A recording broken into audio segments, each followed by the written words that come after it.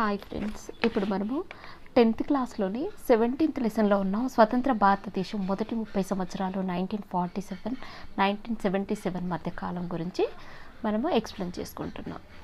మనం ముందు వీడియోలో పార్ట్ 1 చూసాం ఫ్రెండ్స్. ఇప్పుడు పార్ట్ 2గా మనము మిగతా లెసన్ని కంప్లీట్ చేద్దాం. సామాజిక ఆర్థిక మార్పు ఏ విధంగా జరిగిందో ఈ లెసన్లో ఇప్పుడు చూద్దాం. రాజ్యాంగ సభ సామాజిక, ఆర్థిక, రాజకీయ న్యాయాన్ని, హోదా, అవకాశాలలో సమానత్వాన్ని కోరుకుంది. ఇప్పుడు రాజ్యాంగ సభ సామాజిక, ఆర్థిక, రాజకీయ న్యాయాన్ని, హోదా, అవకాశాలలో సమానత్వాన్ని కోరుకుంది. ఆధునిక భారతదేశ నిర్మాణంలో సామాజిక ఆర్థిక మార్పుకి అది ప్రముఖ స్థానాన్ని ఇచ్చింది. ఆధునిక భారతదేశ నిర్మాణంలో సామాజిక ఆర్థిక మార్పుకి అది ప్రముఖ స్థానాన్ని ఇచ్చింది. కొత్త రాజ్యాంగాన్ని ఆవిష్కరించిన తర్వాత ప్రణాళిక సంఘాన్ని ఏర్పరిచింది.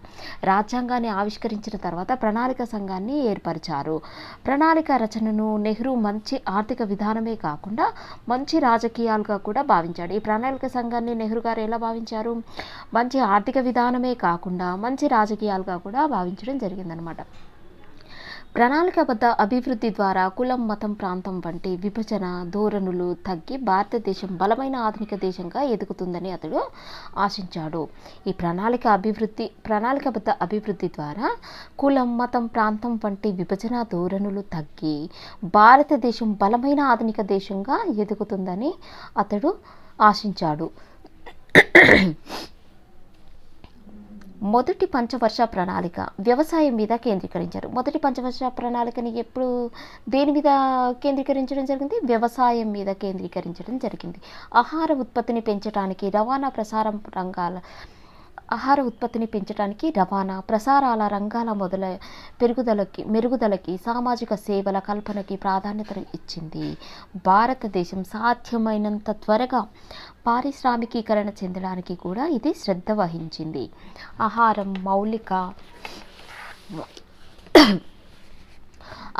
మౌలిక అవసరం కావటంతో, ఆహారం అనేది ఎవరికైనా మౌలిక అవసరమే కదా, అదే లేకపోతే మనం బ్రతికే ఉండం అసలు. ఆహారం మౌలిక అవసరం కావడంతో ఆహార ఉత్పత్తిని పెంచాలన్న దాని మీద ఏకాభిప్రాయం ఏర్పడింది. కానీ దీనిని ఎలా సాధించాలన్న దాని మీద ఏకాభిప్రాయం కుదరలేదు.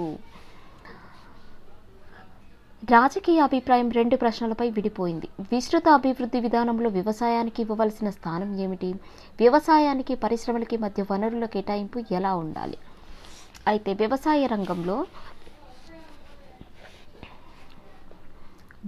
రంగంలోని మార్పులను నెహ్రూ కేవలం ఆర్థిక అంశంగా చూడలేదు.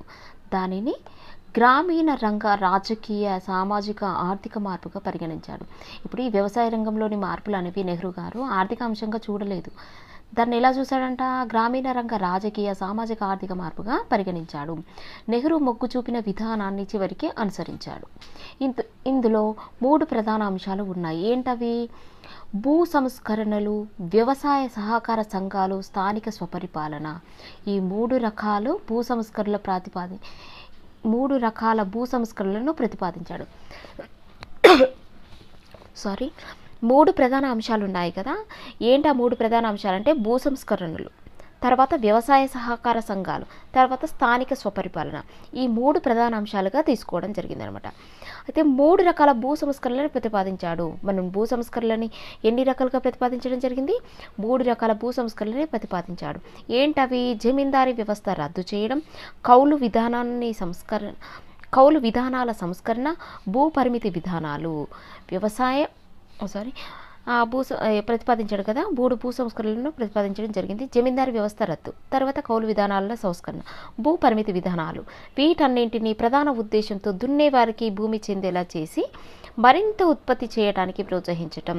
సహకార సంఘాల ద్వారా ఆర్థికంగా లాభసాటి పరిమాణాన్ని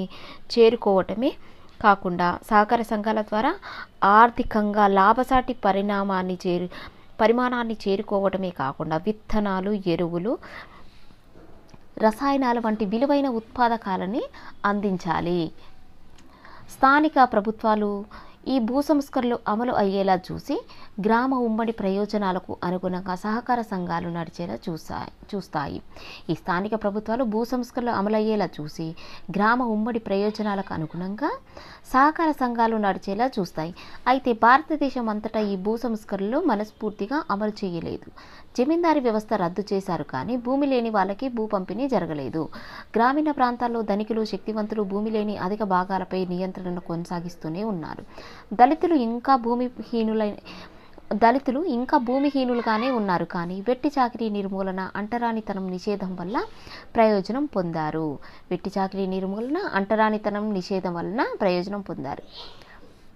మొదటి పంచవర్ష ప్రణాళికలో పెద్ద ఆనకట్టలు కట్టి విద్యుత్ ఉత్పత్తి, సాగునీటి కల్పనకు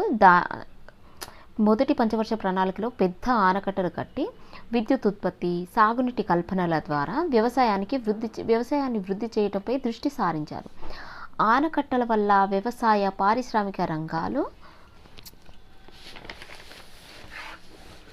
రెండు లబ్ధి పొందాయి. వ్యవసాయ ఉత్పత్తి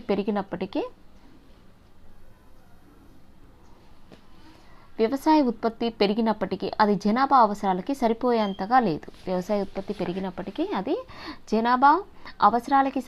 లేదన్నమాట. దేశంలో ప్రగతి సాధించాలంటే పరిశ్రమలు అభివృద్ధి చేసి మరింత మంది కర్మాగారాల్లోనూ, సేవా రంగంలోనూ పనిచేసేలా మళ్లించాల్సిన అవసరం ఉందని ప్రణాళికాకర్తలు గుర్తించారు. దాంతో రెండవ పంచవర్ష ప్రణాళిక నుంచి ప్రాధాన్యత దేనికిచ్చారు? పరిశ్రమల వైపుకు మళ్ళింది. భారతదేశ ఆర్థిక అభివృద్ధికి సంబంధించిన ఈ అంశాలను ఇంతకు ముందు తరగతుల్లో మీరు చదివి ఉంటారు. నెక్స్ట్, విదేశీ విధానం యుద్ధాలు. దీని ద్వారా మన భారతదేశం ఏ విధంగా ప్రభావితమైంది, ఏ విధంగా ఈ యుద్ధాలను ఎదుర్కోవడం జరిగిందో చూద్దాం. భారతదేశానికి స్వతంత్రం వచ్చిన సమయంలోనే ప్రచండ యుద్ధం మొదలై ప్రపంచమంతా రష్యా కూటమి లేదా అమెరికా కూటమిగా విడిపోయింది. జవహర్లాల్ నెహ్రూ ఏ శిబిరంలోనూ చేరకుండా రెండింటికి సమదూరంలో ఉంటూ విదేశీ విధానంలో స్వతంత్రంగా వ్యవహరించసాగాడు. అదే సమయంలో స్వాతంత్రం పొంది అదే విధానాన్ని కొనసాగించాలనుకుంటున్న ఇండోనేషియా, ఈజిప్టు, యుగోస్లోవియా వంటి దేశాలతో అతడు చేతులు కలిపాడు. అదే సమయంలో స్వాతంత్రం పొందిన దేశాలు ఏంటంటే ఇండోనేషియా, ఈజిప్టు, యుగోస్లోవియా వంటి దేశాలతో అతడు చేతులు కలపడం జరిగింది. వీళ్ళంతా కలిసి ఆలినోద్యమాన్ని నిర్మించారు. పొరుగు దేశాలకు సంబంధించి ఒకరు అంతరంగిక వ్యవహారాల్లో మరొకరు జోక్యం చేసుకోకూడదన్న, అంటే పొరుగు దేశాలకు సంబంధించిన ఒకరి విషయాల్లో ఒకరి అంతరంగిక వ్యవహారాల్లో ఇంకొకరు జోక్యం చేసుకోకూడదన్న పంచశీల సూత్రాలను నెహ్రూ రూపొందించాడు. ఈ పంచశీల ఒప్పందం ఏ దేశానికి మధ్య జరిగింది? చైనాకి భారత్కి మధ్య జరిగింది. చైనాలోనేమో చౌహాన్లాయ్, భారత్లోనేమో నెహ్రూ, వీళ్ళిద్దరి మధ్య జరిగిందే పంచశీల ఒప్పందం 1954లో జరిగిందనమాట. అయితే పంచశీల సూత్రాలను నెహ్రూ రూపొందించాడు. అయితే ఈ కాలంలో భారతదేశం యుద్ధాలను ఎదుర్కోవాల్సి వచ్చింది. ఏ కాలాలవి? 1948, 1965లో కాశ్మీర్ విషయంలో, 1971లో బంగ్లాదేశ్ విషయంపై పాకిస్తాన్తోనూ, 1962లో సరిహద్దు విషయంలోనూ చైనాతోనూ యుద్ధాలు జరిగాయి. భారతదేశం యుద్ధాలకి, ప్రత్యేకించి 1962 యుద్ధానికి సన్నద్ధులైనందున పెద్ద ఎత్తున ప్రాణ నష్టాన్ని, ధన నష్టాన్ని చవిచూడవలసి వచ్చింది. అయితే 1962లో యుద్ధానికి సన్నద్ధమై లేనందున అన్నిటికంటే మనం ఎక్కువగా నష్టపోయిన యుద్ధం మనకు నష్టం కలిగించిన యుద్ధం ఏంటంటే 1962లో జరిగిన చైనాతో ఉన్న యుద్ధం అన్నమాట. చైనాతో జరిగిన యుద్ధం ఏ విషయంలో జరిగింది? చైనాతో సరిహద్దు విషయాల్లో జరిగిందనమాట. అప్పుడు పెద్ద ఎత్తున ప్రాణ నష్టాన్ని, ధన నష్టాన్ని చవిచూడవలసి వచ్చిన యుద్ధం ఏంటి? 1962లో సరిహద్దు విషయాల్లో చైనాతో జరిగిన యుద్ధం. నెహ్రూ తర్వాత ఎవరొచ్చారు? 1964లో నెహ్రూ చనిపోయిన తర్వాత ప్రజాస్వామ్యం మనగలుగుతుందా, లేక ఇతర దేశాల లాగానే ప్రజాస్వామిక సూత్రం దెబ్బతింటుందా అన్న అనుమానాలు విమర్శకులకు కలిగాయి. అయితే ప్రభుత్వ అధినేతగా లాల్ బహదూర్ శాస్త్రిని ఎంపిక చేయడంతో కాంగ్రెస్ మార్పును విజయవంతంగా చేపట్టగలిగింది. భారతదేశ లక్ష్యాలు, మౌలిక విలువలు సవాలుగా నిలిచిన అనేక అంశాలతో శాస్త్రి వెంటనే తలపడాల్సి వచ్చింది. దక్షిణాదిన డిమాండ్కు దక్షిణాదిన డిఎంకే చేపట్టిన హిందీ వ్యతిరేక ఉద్యమం దేశ ఐక్యత సమగ్రతకే ముప్పుగా నిలిచింది. ఆహార కొరత సామాజిక ఆర్థిక ప్రగతి ఆటంకంగా మారింది. అంతేకాకుండా 1965లో పాకిస్తాన్తో యుద్ధం మొదలైంది. 1966లో శాస్త్రి అకాల మరణంతో ఆ తరువాత ప్రధానమంత్రిగా ఇందిరాగాంధీ ఎంపిక అయింది. ఈ లాల్ బహదూర్ శాస్త్రి 1966లో అకాల మరణం చెందుతాడు. ఈ లాల్ బహదూర్ శాస్త్రి తర్వాత మరణాంతరం వచ్చింది ఎవరు ప్రధానమంత్రిగా అంటే ఇందిరాగాంధీ ఎంపిక అవ్వడం జరిగిందనమాట. ఇప్పుడు ఈ లాల్ బహదూర్ శాస్త్రి ఏ ఉద్యమాలని నిలిపివేశాడు? దక్షిణాదిన డిఎంకే చేపట్టిన హిందీ వ్యతిరేక ఉద్యమాన్ని దేశ ఐక్యత సమగ్రతకు ముప్పుగా నిలిచింది. దీన్ని కూడా ఈయనే కంట్రోల్ చేయడం జరిగింది.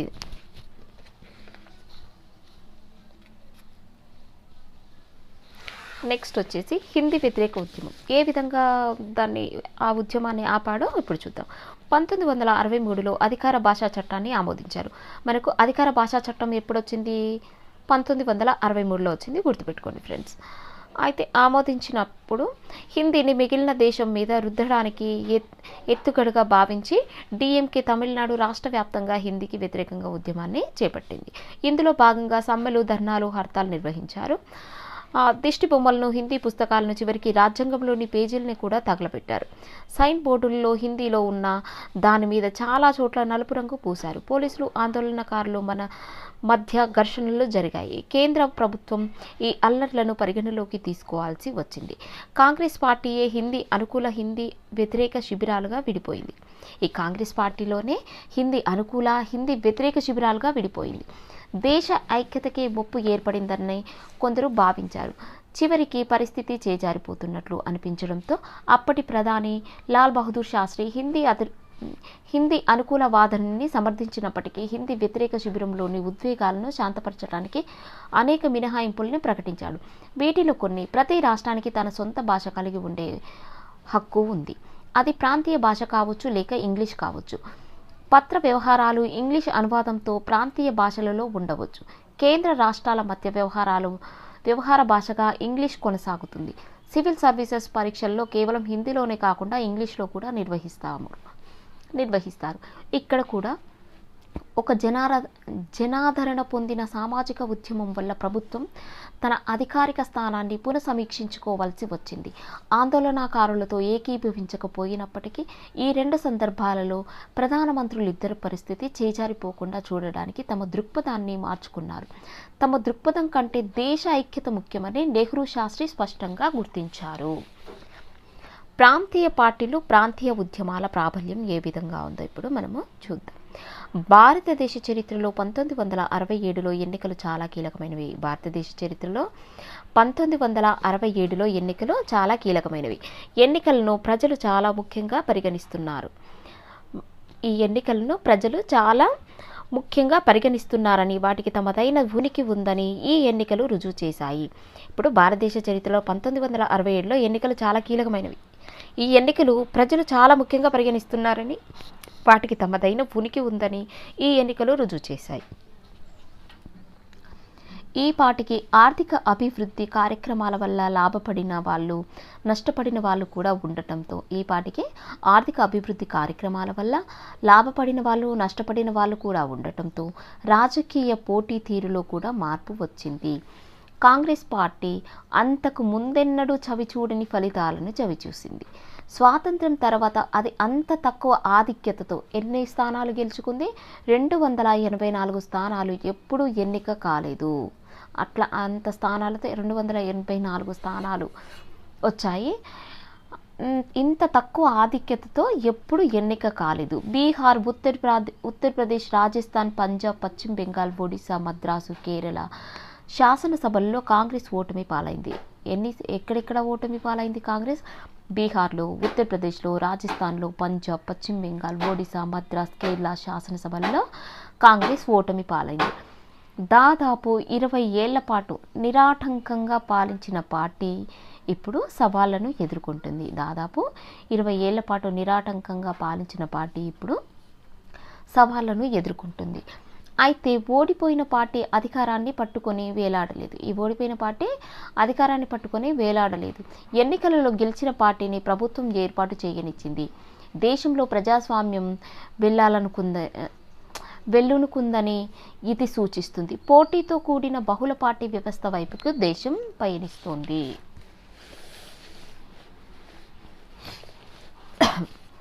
కాంగ్రెస్ ఘోర పరాజయ పాలైన రాష్ట్రాలలో తమిళనాడు, కేరళ ఉన్నాయి. తమిళనాడులో డీఎంకే ఘన విజయం సాధించింది. సంఘటితంగా నిర్వహించే ప్రాంతీయ ఉద్యమాలు ఆధిపత్యం పార్టీకి సవాలుగా ఉండగలవని ఇది తెలియజేసింది. డీఎంకేకి సినిమా రంగంలో బలమైన సంబంధాలు ఉన్నాయి. ప్రజాదరణ ఉన్న సినిమా హీరో ఎంజి రామచంద్రన్, అతడిని అందరూ ఎంజీఆర్ అంటారు. అభిమాన సంఘాలను తనకు మద్దతుగా డీఎంకే ఉపయోగించుకోగలిగింది. పక్కన ఉన్న కేరళలోనే కాకుండా పశ్చిమ బెంగాల్, ఒడిశాలో కూడా కాంగ్రెస్ ఓడిపోయింది.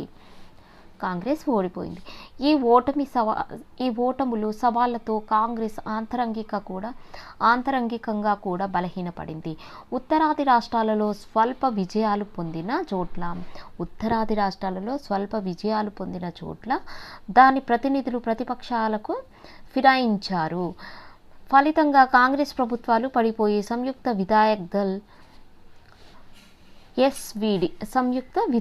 దళ్ ప్రభుత్వాలు ఏర్పడ్డాయి. ఇది ప్రధానంగా కాంగ్రెస్కి వ్యతిరేకమైన శాసనసభ్యులు, జనసంఘ్, సోషలిస్టులు, స్వాతంత్ర పార్టీ, కాంగ్రెస్ ఫిరాయింపుదారులు, స్థానిక పార్టీ శాసనసభ్యులు ఏర్పరిచిన సంకీర్ణం.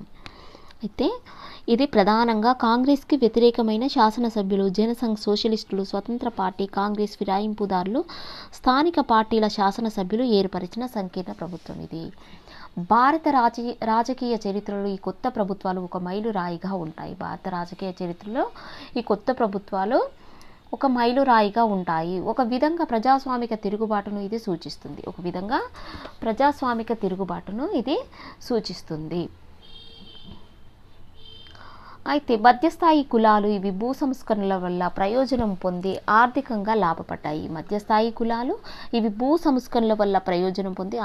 లాభపడ్డాయి. మొదటిసారిగా రాజకీయ అధికారాన్ని పొందాయి. ఈ కులాలేంటి? హర్యానా, ఉత్తరప్రదేశ్లో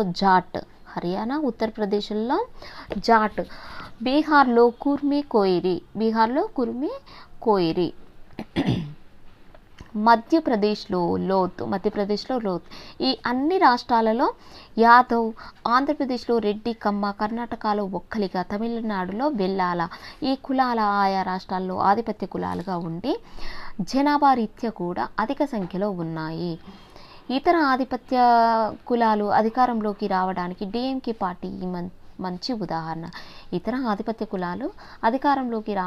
డీఎంకే పార్టీయే మంచి ఉదాహరణగా చెప్పవచ్చు. ఇక్కడ ఊరికి అట్లా గుర్తుపెట్టుకోవడానికి రాశాను.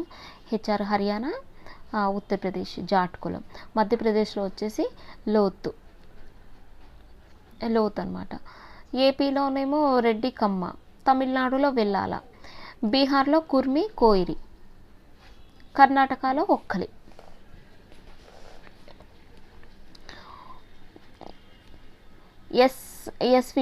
ఎస్విడి ప్రభుత్వాలలో చాలా వరకు ఎక్కువ కాలం పాటు నిలవలేదు. ఈ ఎస్విడి ప్రభుత్వాలు సంయుక్త విధాయక్ దళ్ ప్రభుత్వాలు చాలా కాలం వరకు ఎక్కువ కాలం పాటు నిలవలేదన్నమాట. వాటి చరిత్ర అవినీతి ఫిరాయింపులతో నిండి ఉంది. అధికార కాంక్ష ఒక్కటే వాళ్ళని కలిపినట్టు ఉంది. ఈ ప్రభుత్వాలు సాధించింది ఏమీ లేదు. అయితే ఈనాటికి కూడా ప్రాంతీయ లేదా రాష్ట్రీయ స్థాయి పార్టీలను వీటిని ప్రామాణికంగా చేసుకునే అంచనా వేస్తున్నారు. ఈ కాలంలో దేశంలో వివిధ రాష్ట్రాల్లో ప్రాంతీయ భావాలు తిరిగి ఊపందుకున్నాయి. ఆంధ్రప్రదేశ్లో ప్రత్యేక తెలంగాణ కొనసాగారు. ఈ ఉద్యమానికి ఉస్మానియా విశ్వవిద్యాలయ విద్యార్థులు నాయకత్వం వహించారు. అభివృద్ధి ఫలాలు రాష్ట్రంలోని కొన్ని ప్రాంతాలకే చెందుతున్నాయన్నది వీళ్ళ ప్రధాన ఆరోపణ. 1969 డిసెంబర్లో అస్సాంలోని కాశీ, జైంతియా, గారో గిరిజన ప్రాంతాలలో మేఘాలయ అన్న కొత్త రాష్ట్రాన్ని ఏర్పాటు చేశారు. 1966లో ఏర్పడిన పంజాబ్కి తనదంటూ రాజధాని లేదు. 1966లో ఏర్పడింది పంజాబ్, కానీ తనదంటూ రాజధాని లేదు. హర్యానా, పంజాబులకు ఉమ్మడి రాజధానిగా చండీగఢ్ని తమకు ఇవ్వమని 1968-69 పంజాబ్ ప్రజలు ఆందోళనలు చేశారు. మహారాష్ట్రలో బొంబాయి మహారాష్ట్ర వాసులకే చెందాలని, మహారాష్ట్రలో ఉన్న బొంబాయి మహారాష్ట్ర వాసులకే చెందాలని వింత వాదన మొదలైంది. దీనికి శివసేన నాయకత్వం వహించింది. నగరంలోని ఉద్యోగాలన్నింటినీ దక్షిణాది రాష్ట్రాల వాళ్ళు చేజిక్కించుకుంటున్నారన్న భావనతో ఈ పార్టీ ఆ రాష్ట్రాల ప్రజలను లక్ష్యంగా చేసుకుంది. అదే సమయంలో పాత డిమాండ్లు ఇంకా కొనసాగుతూనే ఉన్నాయి. కాశ్మీర్, నాగాలాండ్ డిమాండ్లు ఈ కాలంలో చోటు చేసుకున్నాయి. గృహ నిర్బంధం నుంచి విడుదలైన తర్వాతే షేక్ అబ్దుల్లా కాశ్మీర్ రాష్ట్రానికి తిరిగి వచ్చారు. అదేవిధంగా నాగాలాండ్లో కొత్త యువ నాయకత్వ ఉద్యమాన్ని ముందుకు తీసుకెళ్లడానికి సన్నద్ధమైంది. ఈ కాలంలోనే మత ఉద్రేకాలు కూడా చోటు చేసుకున్నాయి. దేశంలో పలు ప్రాంతాల్లో మత కల్లోలాలు చెలరేగాయి. రాంచీ బీహార్లో ఉంది, అహ్మదాబాద్ గుజరాత్, జలగావ్ మహారాష్ట్ర, అలీఘర్ ఉత్తరప్రదేశ్ ఇవి కష్టకాలాలు. రాజకీయ మార్పులు అప్పుడే జరిగే కొత్త నాయకత్వం అనేది రూపుదిద్దుకుంటుంది.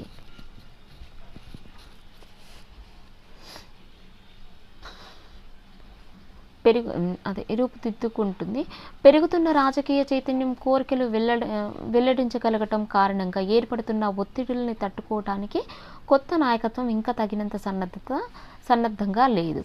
1967 ఎన్నికల తర్వాత వామపక్ష పంథా వైపు తీవ్ర మొగ్గు చూపడం ద్వారా బయట నుంచి పార్టీల లోపల నుంచి వస్తున్న సవాళ్లను ఇందిరాగాంధీ ఎదుర్కొంది.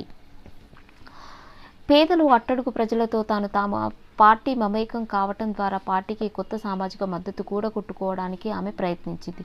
ఇది రెండు వైపులా పదునుకున్న ఆయుధం. సామాజిక ఆర్థిక ప్రగతికి సంబంధించిన వాగ్దానాలు ఇంకా నెరవేరలేదు. 1967 ఎన్నికల్లో కాంగ్రెస్ ఓడిపోవటానికి ఇదొక ప్రధాన కారణమైన ఇందిరాగాంధీ నాయకత్వంలోని కాంగ్రెస్ పార్టీ మరిన్ని కొత్త వాగ్దానాలు చేసింది. ఒక దశాబ్ద కాలంలో పెరుగుతున్న ప్రజల కోరికలు తీరక నిరాశ నిస్పృహలతో ఏర్పడి అత్యవసర పరిస్థితి విధించడానికి దారి తీసింది. జమ్మూ కాశ్మీర్ గురించి చూద్దాము. ఇక్కడ భారతీయ సమాఖ్యలో ఇతర సంస్థానాలలాగా కాకుండా జమ్మూ కాశ్మీరు చేరిన పరిస్థితులు భిన్నంగా ఉన్నాయి. ఇతర పాలకుల లాగా కాకుండా రాజు అయిన హరి సింగ్ అటు పాకిస్తాన్లోనూ ఇటు భారతదేశంలోనూ విలీనం కాకుండా జమ్మూ కాశ్మీర్ని స్వతంత్ర రాజ్యంగా ఉంచాలనుకున్నాడు. ఈ రాష్ట్రంలో ముస్లింలు అధిక సంఖ్యలో ఉన్నారు. రాజేమో హిందువు. భారతదేశానికి స్వాతంత్రం వచ్చిన కాలంలో అక్కడ అఖిల జమ్మూ కాశ్మీర్ కాన్ఫరెన్స్ పేరుతో ప్రజా ఉద్యమం ఒకటి నడుస్తుంది. దీనికి షేక్ మహమ్మద్ అబ్దుల్లా నాయకత్వం వహిస్తున్నాడు. ప్రభుత్వ ఉద్యోగాల్లో ముస్లింలకు అధిక ప్రాతినిధ్య ప్రభుత్వం వంటి కోరికలతో ఈ ఉద్యమం సాగుతుంది. ఈ ఉద్యమం ఆ తర్వాత నేషనల్ కాన్ఫరెన్స్గా పరిణమించింది. నేషనల్ కాన్ఫరెన్స్గా పరిణమించింది. దీంట్లో సిక్కులు, హిందువులు కూడా సభ్యులుగా ఉన్నారు. నేషనల్ కాన్ఫరెన్స్ కూడా కాంగ్రెస్ లాగానే మత సామరస్యానికి, సామ్యవాదానికి కట్టుబడి ఉంది. 1947 చివరి నాటికి పశ్చిమ సరిహద్దుల నుంచి పాకిస్తాన్ మద్దతుతో రజాకార్ల దాడులు మొదలయ్యాయి. ఈ దాడి చేస్తున్న వారు శ్రీనగర్ని సమీపిస్తుండటంతో రక్షణ కోసం మహారాజు భారతీయ సైన్యాన్ని సహాయం కోరాడు. అయితే జమ్మూ కాశ్మీర్ భారతదేశంలో విలీనమైన తర్వాత దాని సైన్యం అందుబాటులో ఉంటుందని భారత్ గవర్నర్ జనరల్ చెప్పారు. ఆ సమయంలో రాష్ట్ర భవిష్యత్తు సంబంధించి అది స్వయం ప్రతిపత్తితో కొనసాగటం గురించి విస్తృతమైన చర్చలు జరిగాయి.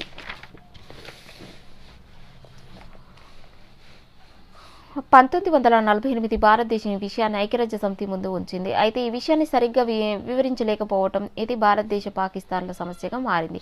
ఈలోగా షేక్ అబ్దుల్లా ఢిల్లీ ఒప్పందంగా పిలువబడుతున్న దానికి అంగీకరించాడు. దీని ప్రకారం కాశ్మీరులు భారతదేశ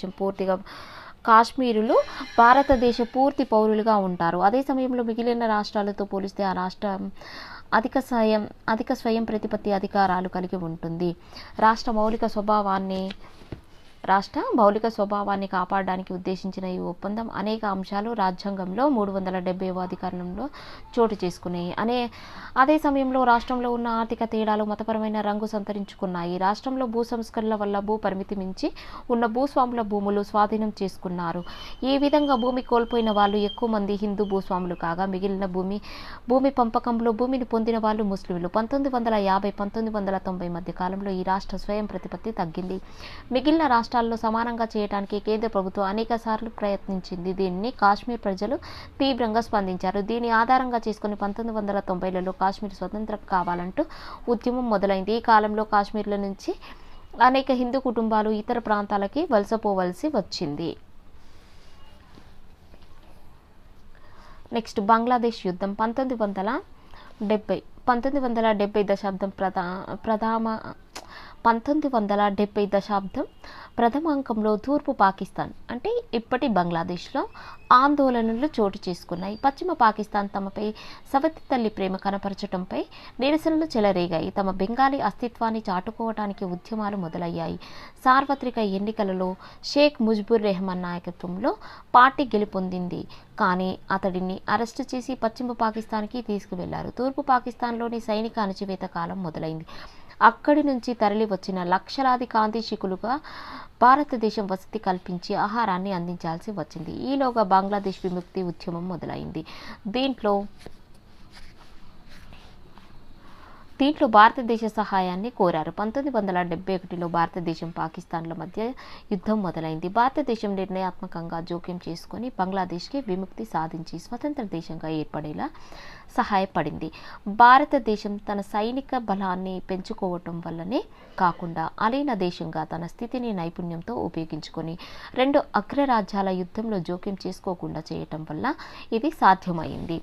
వామపక్ష పంథా వైపు మలుపు, కొత్త విధానాలు, కొత్త కార్యక్రమాలను చేపట్టడం ద్వారా ఇందిరాగాంధీ తరకు కాంగ్రెస్ పార్టీకి కొత్త దారి వేసింది. ఈ విధానం ద్వారా ఆమెకు పార్టీ నిర్మాణంపై పూర్తి పట్టు లభించింది. 1971 వరకు లోక్సభ, శాసనసభలకు అత్యధిక రాష్ట్రాలలో ఎన్నికలు ఏకకాలంలో జరిగాయి. ఇందిరాగాంధీ 1972కు బదులుగా 1971లోనే ముందస్తు ఎన్నికలు ప్రకటించింది. ఈ విధానాన్ని అతిక్రమించింది. గరీబీ హఠావో అనే జనాకర్షక నినాదంతో కాంగ్రెస్ పార్టీ ఎన్నికల్లో పోటీ చేసింది. సమూల మార్పుల ద్వారా వ్యవస్థను పునర్నిర్మాణం చేసి పేద అట్టడుగు వర్గాల వారికి ప్రయోజనాలు చేకూరుస్తానని కాంగ్రెస్ వాగ్దానం చేసింది.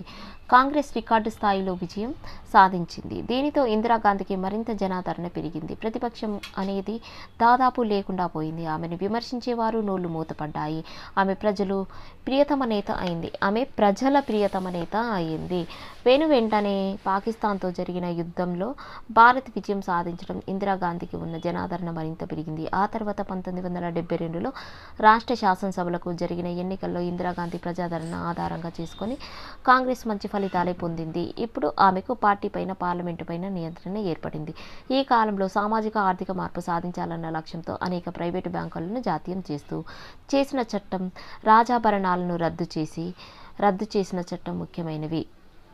ఇంకా ఆమె ఏమేం చేసింది అయితే ఆర్థిక మార్పు సాధించాలన్న లక్ష్యంతో అనేక ప్రైవేట్ బ్యాంకులను జాతీయకరణం చేస్తూ చట్టం చేసింది. ఇంకా రాజాభరణాలను కూడా రద్దు చేసి చట్టం చేసింది. ఈ రెండు ముఖ్యమైనవి అనమాట. ఈ రెండు చట్టాలు న్యాయస్థానాల్లో సవాలు చేశారు. దాంతో రాజకీయ లక్ష్యాలతో న్యాయస్థానాలు జోక్యం చేసుకుంటున్నాయనిపించేట్టుగా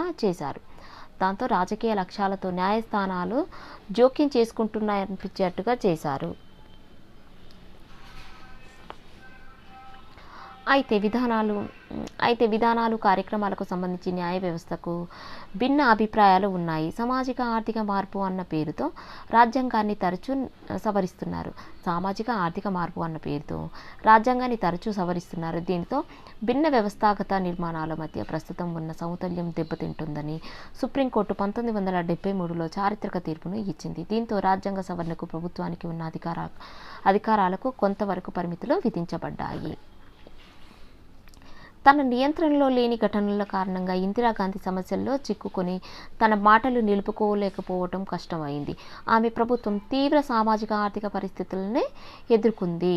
1973లో అరబ్ ఇజ్రాయెల్ మధ్య యుద్ధంతో చమురు ధరలు ఎన్నడూ లేనంతగా పెరగటంతో ప్రభుత్వంపై ఒత్తిడి తీవ్రంగా పెరిగింది. ద్రవ్యోల్బణం, నిత్యావసర వస్తువుల ధరలు పెరుగుదల, ఆహార కొరత, నిరుద్యోగం వంటివి ప్రభావం చూపసాగాయి.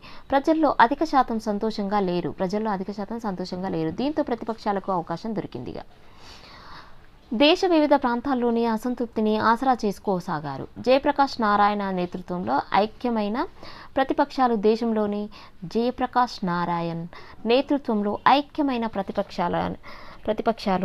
దేశంలోని పలు ప్రాంతాలలో కాంగ్రెస్కి, ప్రత్యేకించి ఇందిరాగాంధీకి వ్యతిరేకంగా ఉద్యమించారు. దీనిని జేపీ ఉద్యమంగా పేర్కొంటారు. ఇది బీహార్లోను, గుజరాత్లోను ఇటు బీహార్లోను ఇటు గుజరాత్లోను చాలా పెద్ద ఎత్తున జరిగింది. నెక్స్ట్ అత్యవసర పరిస్థితి. శాంతిని కాపాడే పేరుతో ఈ ఉద్యమానికి స్పందిస్తూ పౌర హక్కులకు భంగం కలిగేలా ప్రభుత్వం అనేక తీవ్రమైన చట్టాలు చేసింది. ప్రభుత్వాన్ని తనకు వ్యక్తిగతంగా ప్రధానమంత్రి మలుచుకుంటుందని కూడా ప్రతిపక్షాలు విమర్శించాయి. ఈలోక 1971 ఎన్నికల సమయంలో ఎన్నికలకు సంబంధించిన కొన్ని అంశాలు అతిక్రమించిందంటూ లోక్సభకు ఇందిరాగాంధీ ఎన్నికను అలహాబాద్ కోర్టు రద్దు చేసింది. అయితే ఆమె సుప్రీంకోర్టు నుంచి నిలుపుదల ఆదేశాలు తెచ్చుకుంది. కొన్ని రోజుల తర్వాత జేపీ ఉద్యమం మరింత తీవ్ర రూపం కావడంతో ప్రభుత్వం అత్యవసర పరిస్థితి విధించింది.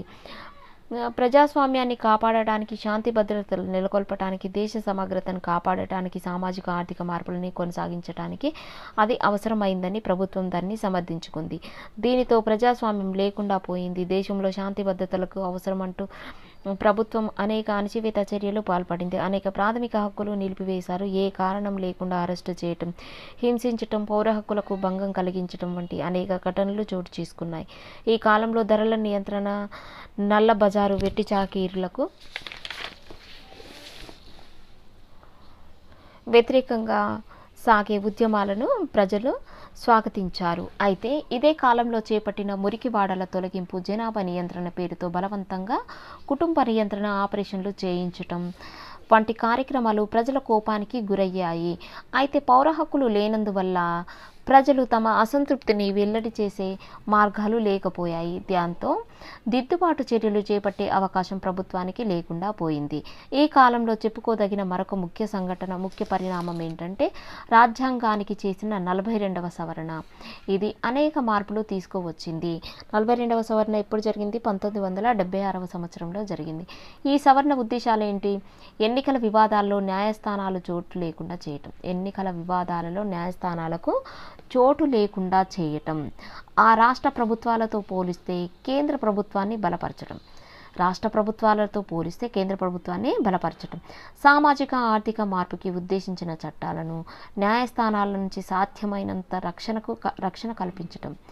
సామాజిక ఆర్థిక మార్పుకి ఉద్దేశించిన చట్టాలకు న్యాయస్థానాల నుంచి సాధ్యమైనంత రక్షణను కల్పించటం. న్యాయ వ్యవస్థ పార్లమెంటుకి లోబడి ఉండేలా చేయటం. న్యాయ వ్యవస్థ అనేది పార్లమెంటుకి లోబడి ఉండేలా చేయటం. ఈ సవరణ ఉద్దేశాలుగా దేశ సమైక్యతను బలపరచటం, సామాజిక ఆర్థిక అభివృద్ధిని న్యాయస్థానాల నుంచి కాపాడటం వంటి వాటిని పేర్కొన్నప్పటికీ వాస్తవంలో దీనివల్ల దేశ ప్రజాస్వామ్య స్వభావం బలహీనపడింది. నెక్స్ట్ ఏ విధంగా ముగింపు పొందారు? మొదటి 30 సంవత్సరాలు అత్యవసర పరిస్థితి ముగిసినప్పటికీ లాభ నష్టాల పట్టిక తయారు చేస్తే తప్పుల కంటే ఒప్పులు ఎక్కువగా ఉన్నాయి.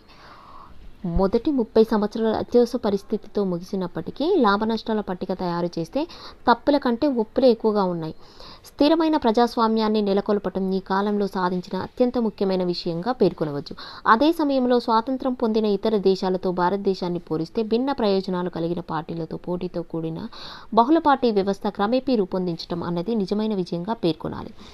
ఇతర దేశాలలో లాగా కాకుండా భారతదేశంలో క్రమం తప్పకుండా భయం లేని స్వేచ్ఛాయుత వాతావరణంలో ఎన్నికలు జరగటమే కాకుండా ప్రభుత్వాలు, నాయకులు కూడా మార్పుకి లోనయ్యారు.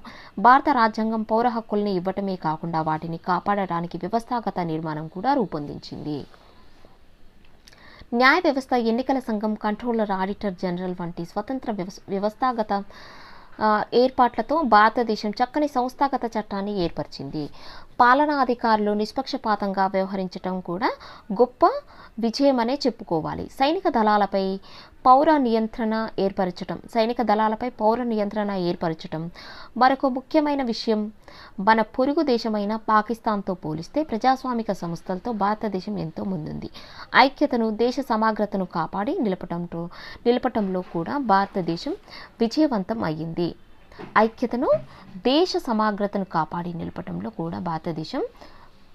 విజయవంతం అయ్యింది. దేశంలో అంతులేని వైవిధ్యత కారణంగా అది విచ్ఛిన్నం కావడానికి అనువైన దేశమని అందరూ భావించారు. అలా కాకపోవటం అన్నది ఇతర దేశాలకు చక్కని గుణపాఠంగా ఉపయోగపడింది. ఆర్థిక లక్ష్యాల విషయంలో ప్రణాళిక సంఘాన్ని నెలకొల్పటం, సమతుల ప్రాంతీయ అభివృద్ధిని లక్ష్యంగా పెట్టుకోవటం అన్న అంశాలు చెప్పుకోదగినవి. సమాజంలో ఆర్థికంగా, సామాజికంగా వెనుకబడిన వర్గాల పట్ల నిజమైన శ్రద్ధ కనపరిచారు. ఆహారం కోసం ఇతరులపై ఆధారపడిన స్థితి నుంచి కాలక్రమంలో ఆహార స్వయంసమృద్ధిని సాధించిన స్థితికి దేశం చేరుకుంది. ఇది పరిశ్రమలకి చక్కని పునాదిగా నిలిచింది. అయితే ప్రాంతాల మధ్య సమాన అభివృద్ధి జరగక కొన్ని ప్రాంతాలు ఇతర ప్రాంతాల కంటే ఎక్కువ అభివృద్ధి చెందాయి. అదేవిధంగా ఉపాధి అవకాశాలు పెరగవలసినంతగా పెరగలేదు. ప్రాథమిక విద్యకి, ప్రజారోగ్యానికి తక్కువ ప్రాధాన్యతను ఇవ్వటం పెద్ద లోపమని నిస్సందేశంగా చెప్పవచ్చు. ఇది భారతదేశాన్ని చాలా కాలం పాటు పీడిస్తూ ఉంటుంది. అదే సమయంలో నూతన శకాన్ని ఆరంభించిన చైనా, కొరియా భారతదేశంతో పోలిస్తే ఈ రెండు అంశాలలో ఎంతో ప్రగతిని సాధించాయి. కుల వ్యవస్థలోని గర్హించదగ్గ అంటరానితనం వంటి వాటిని తొలగించినప్పటికీ వివక్షత ఇంకా తీవ్రంగానే కొనసాగుతుంది. లింగ వివక్ష కూడా కొనసాగుతుంది. ఓకే ఫ్రెండ్స్, మనము ఇంతటితో స్వతంత్ర భారతదేశం మొదటి 30 సంవత్సరాలు మనము కంప్లీట్ చేసుకున్నాము. నెక్స్ట్ మనము రాజకీయ ధోరణులు అనే లెసన్తో మనము స్టార్ట్ చేద్దాం. Thank you friends. మీకు ఎవరికైనా ఈ వీడియో నచ్చినట్లయితే లైక్ చేయండి, షేర్ చేయండి, సబ్స్క్రైబ్ చేయండి. ఇలాంటి వీడియోస్ మరెన్నో చేద్దాం. నెక్స్ట్ వీడియోతో మిమ్మల్ని నేను కలుస్తాను. Okay, thank you friends, bye.